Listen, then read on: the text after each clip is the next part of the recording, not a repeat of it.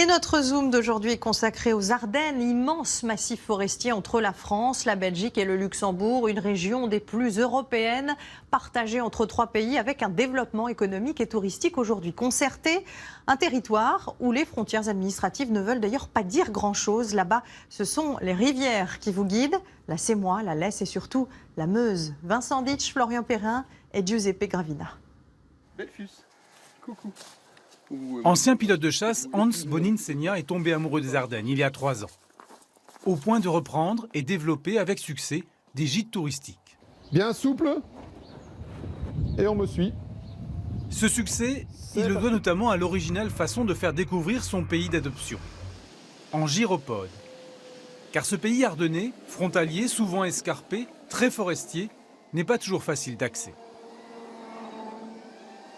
Vous êtes quand même dans une des plus belles vallées belges, avec la vallée de la Semois en général, et cette rivière qui reste vraiment extrêmement préservée. Donc c'est vraiment une nature qui n'est pas artificielle, elle est comme elle était encore il y a plusieurs milliers d'années.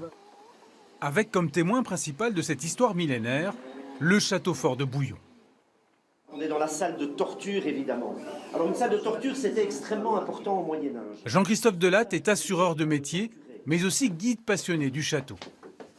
Le château d'abord de Godefroy de Bouillon, qui fut le premier à partir en croisade au XIe siècle vers Jérusalem. Un château forteresse surtout, qui protège la vallée de la Semois et la ville de Bouillon depuis toujours, sans être jamais conquis. Il existe une multitude de châteaux féodaux, mais celui-ci est parfaitement en l'état. Donc c'est le mieux conservé et celui dans lequel on peut vraiment se rendre compte de ce que c'était qu'une vie dans un château du Moyen-Âge.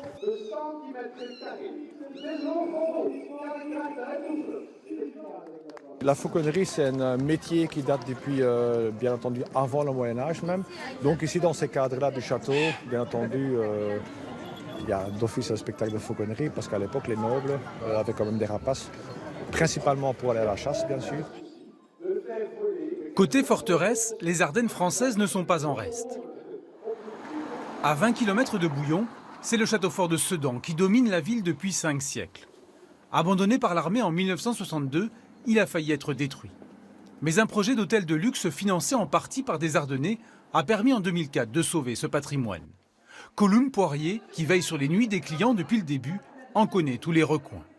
Donc on voit par exemple que là c'est un bâtiment qui a été rapporté sur un autre. Ici là la pierre est beaucoup plus ancienne et le traitement de la pierre est beaucoup plus brut, vous voyez. Et puis là c'est le rocher sur lequel s'appuie le château fort, quoi. Après une nuit passée entre ces murs chargés d'histoire, on peut continuer à remonter le temps.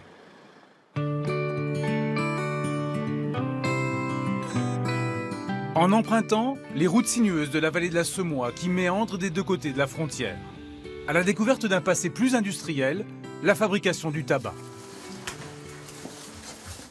Vincent Manil est un des derniers artisans à travailler cette plante si particulière. Il faut d'abord la laisser sécher 1 an et demi avant de pouvoir la couper et surtout ensuite la torréfier.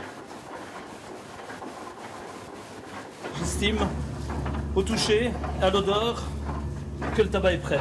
Donc il est torréfié. C'est extrêmement important dans le processus de fabrication, c'est qu'il soit bien torréfié, vu qu'il n'y a pas de produits chimiques dedans, pas de conservateur, il faut vraiment qu'il soit à une bonne hydrométrie.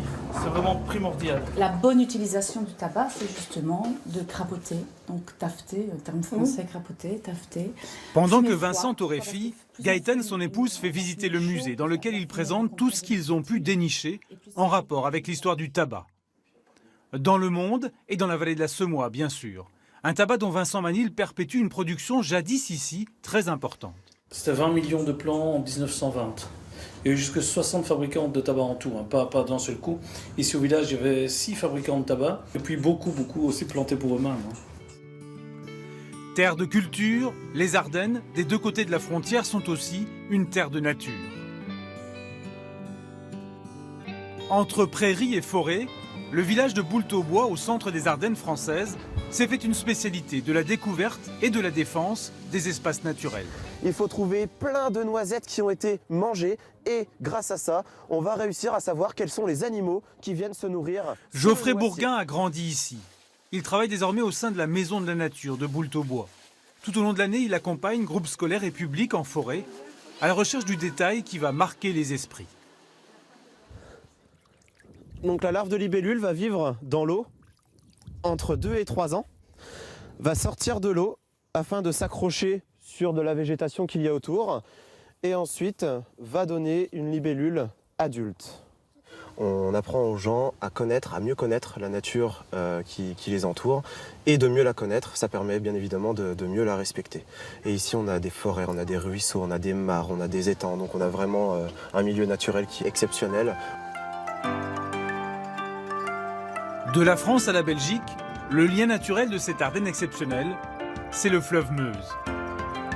De Charleville-Mézières à Namur, plus d'une centaine de kilomètres de paysages boisés et escarpés. Cela fait 61 ans, depuis sa naissance sur une péniche en fait, qu'Albert, le capitaine du bateau le Charlemagne, parcourt la Meuse.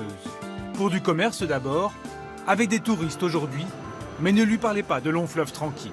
Bon, il y a des gens qui disent c'est malade, c'est vrai qu'ici c'est malade. Mais quand il y a du courant, il faut voir les rapports qu'on doit prendre avec le bateau. Puis je vous dis, quand on est parti, on ne peut pas dire, bon, allez, on donne un petit coup de frein. Non, il faut que ça passe ou ça casse.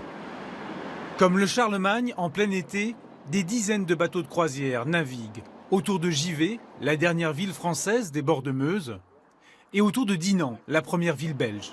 Ici, le dépaysement est immédiat, avec ses maisons aux couleurs et décors très flamands, et son téléphérique. En quelques minutes, il permet de monter à la citadelle qui domine la ville et raconte son histoire. L'histoire de Dinan, c'est qu'il y a d'abord eu ce pont qu'on construit ici. Il n'y a pas des ponts tous les 5-10 km à l'époque, hein. C'est des ponts tous les 30 km. Stratégiquement, c'est très important, hein. Il faut les défendre. Et il faut savoir que ce pont porte le nom du général Charles de Gaulle, puisque de Gaulle vient chez nous se battre en 1914.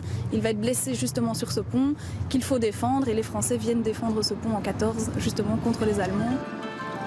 Dinan, ville natale aussi d'Adolphe Sax, créateur du saxophone, accueille 150 000 touristes par an.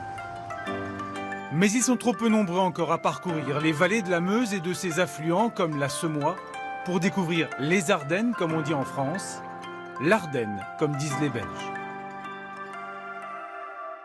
Et justement, concentrons-nous